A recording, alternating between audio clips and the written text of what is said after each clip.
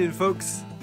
So today we're going to spend a bit of time in the polytunnel. It's a bit of a snowy day. We've still got snow on the ground and a little bit fresh is falling. We've got our one indoor space that we can work in, so we're going to do some polytunnel tidy up.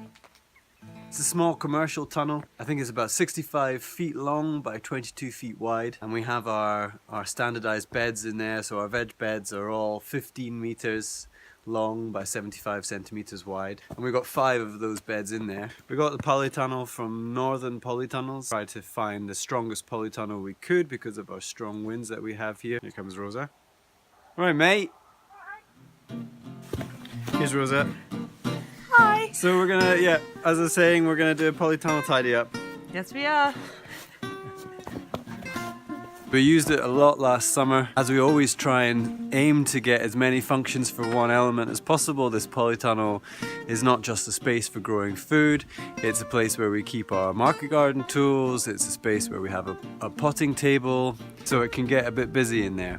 Over the last few months, it's definitely become a bit of a dumping ground for all the materials that we use in the market garden, like the landscape fabric and the floating row cover. There's still even a few beds in there with some crops which we were overwintering, and I think we'll tidy up the veg beds a little bit. And so we'll just give the whole tunnel a bit of a clean up, spruce it up and get it ready for coming spring.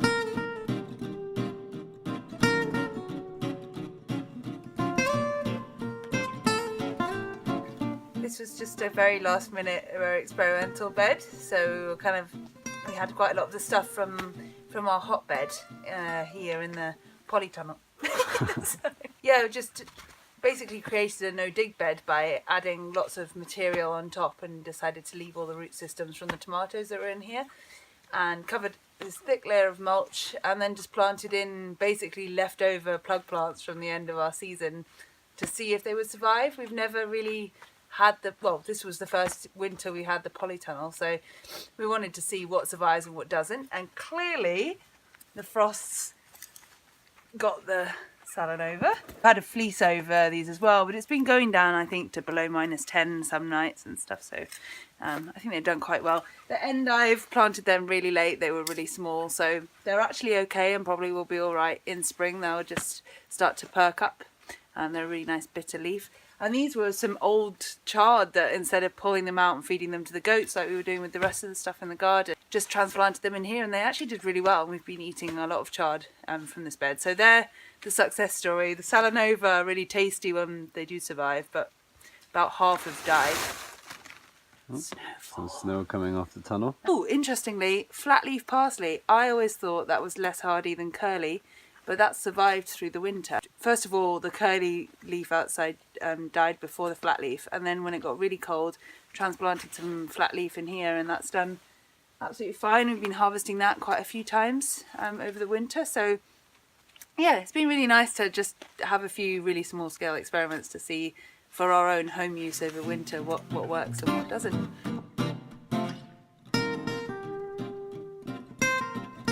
We've experimented a little bit over the last few months, and while we haven't got an amazing winter harvest polytunnel pumping out the greens right now, we have had some greens available to us over the last couple of months.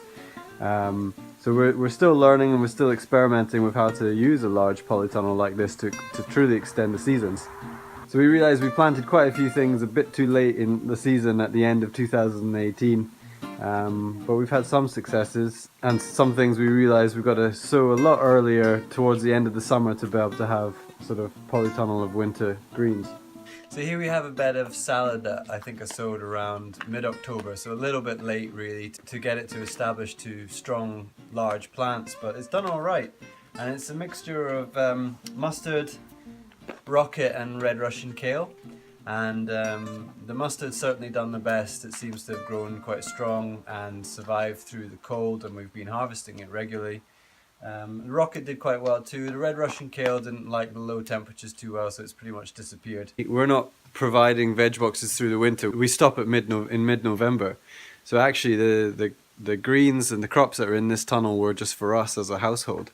But putting the time into remembering to do that sort of in our busiest part of our business season was quite hard. We've got to try and remember our needs as well as our community that we're trying to feed. So just a general tidy up really. Another workstation that we've got in here where we do our potting. This is our kind of potting table behind me here, which is a terrible mess. This is covered in the plastic handmade cabbage collars that we had to use last season when we had an attack of cabbage root fly.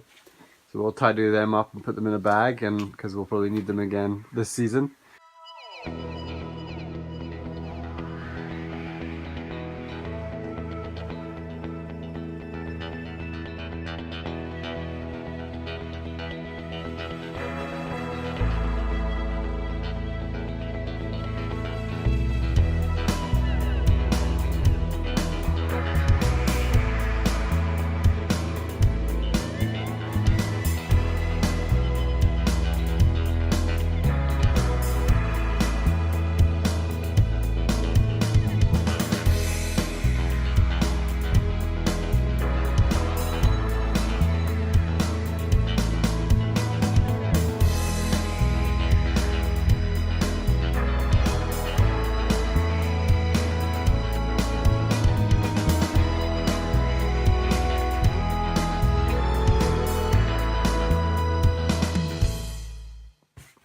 Now I'm going to clean this stuff up.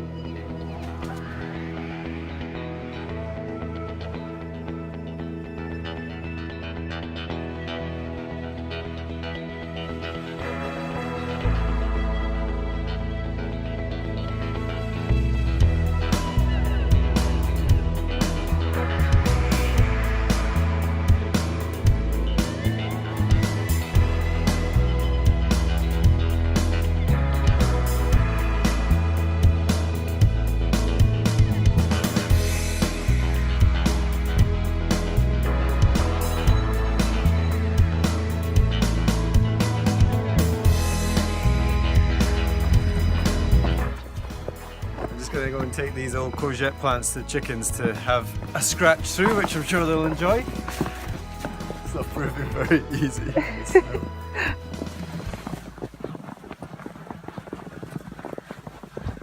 They're cowering inside. Yeah.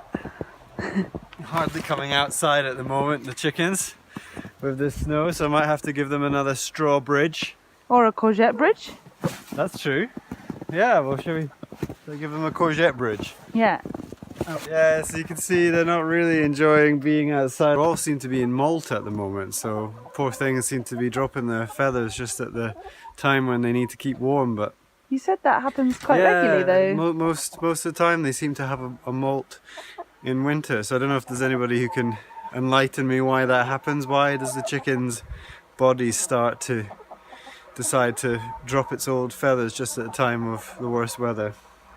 But you can see if you look inside, wow, the floor of their house is covered in feathers at the moment.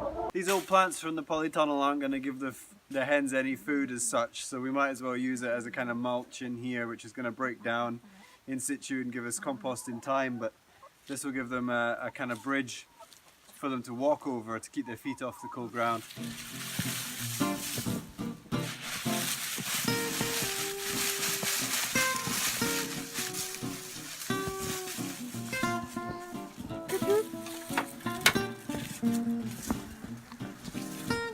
They're finding some greens to eat at least, some having a peck through some of the failed salanovas. Yeah, failed lettuces and some of the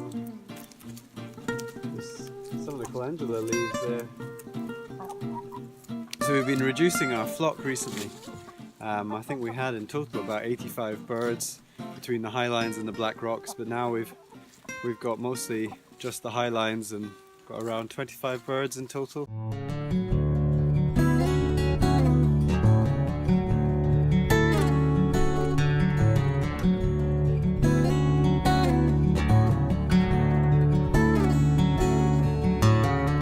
Alright folks, that's the snow fairly coming down now. So we're going to go out and do our chores just to get that done, the afternoon chores, so that the animals are all taken care of. But yeah, it's we've had quite a bit of snow just in the last hour or so.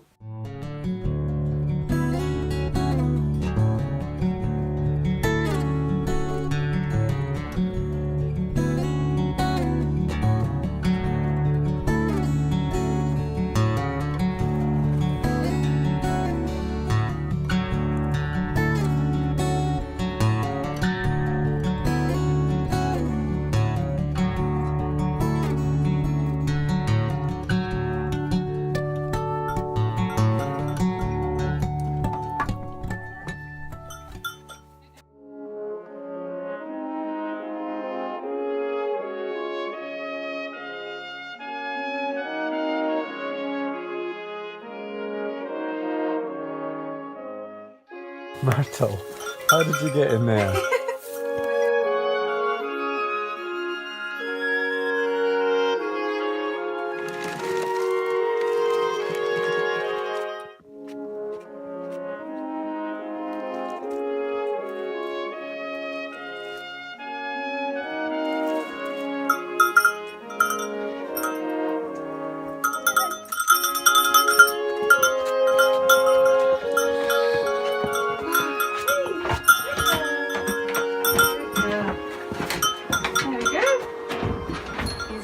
Just now then.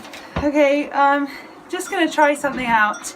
Mandy's got what's called a calcium deposit, or a stone in the teat, which is like a tiny, tiny quarter of a pea size little stone, which is made of calcium.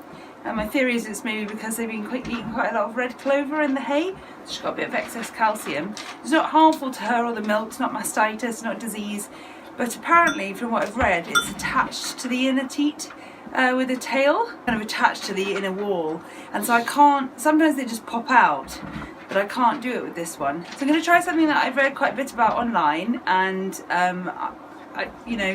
it's my first time doing it. So if she shows any sign of serious pain, I'm going to stop. But it would be great if this works, because it would be really useful. I can't milk her, essentially. It takes about 5 times longer to try and squeeze the milk out, and I'm pretty sure she's a bit uncomfortable when I am trying to get the milk out. So what's the procedure? So I'm using a 3/4 of an ounce. I've just boiled these, so 3/4 of a millimeter, very, very, very, very fine crochet hook.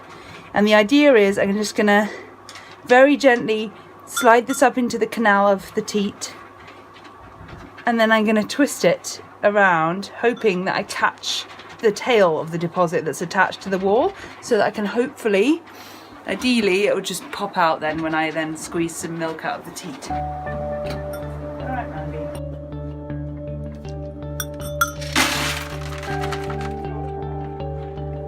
But, well, no, I can feel it still. Yeah. It's just...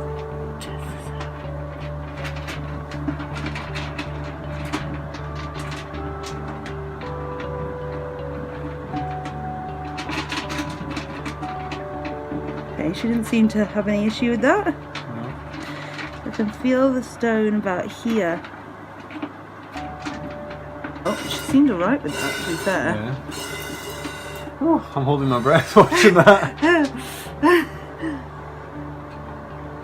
I certainly wouldn't fancy that myself, folks, if you get what I'm saying. I can feel it. I can actually feel it, yeah. Oh my gosh, it is like a rock. Yeah? Like a little pebble. Wow. It's attached up here, and it'll only come down as far as there, so I can't seem to get it out. Oh, you can almost hear it. You can hear it. Can you hear? No. Oh, how frustrating. I decided to stop, not because she's in pain. In fact, that's actually been really good. She doesn't seem to have a problem at all. But what I'm nervous about is I can feel the rock. I can feel how gritty it is and hard. So it's definitely a calcium deposit. Sorry, Mandy. But the little tail, it's really hard to know where that is. And I don't want to, go too hard with this. That would be the last thing I'd want, is to cause any damage. So I've decided to leave it, but if this carries on being a problem, I'm going to have another go. And what would be really amazing is if anyone who has had the same experience, or knows someone who has, and has tried this, or has another way to get rid of the stone in the teat or calcium deposit, that'd be really useful to me, because I want to avoid this happening for Mandy in the future. Alright folks, I think we're going to call it a day. It's getting dark, the snow is just not giving up. Did a bit of work today in the polytunnel, just getting that ship shape and cleaned up, ready for the oncoming spring season. And as you saw just there, that was Rosa just trying to fix a bit of a problem which seems to occur with Mandy, who's our main milking goat. This calcium deposit. So we're always learning, we're always trying new things. We don't always have the answers, but it's great that there's so many people out there doing similar things to us, because we can learn from them as well. So as always folks, if you want to support us, please like our videos, please subscribe, and leave some comments and say hi. We always like hearing from other farmers and homesteaders who are doing similar things to us. So keep cozy out there if you're having similar weather to us, and we'll see you next time.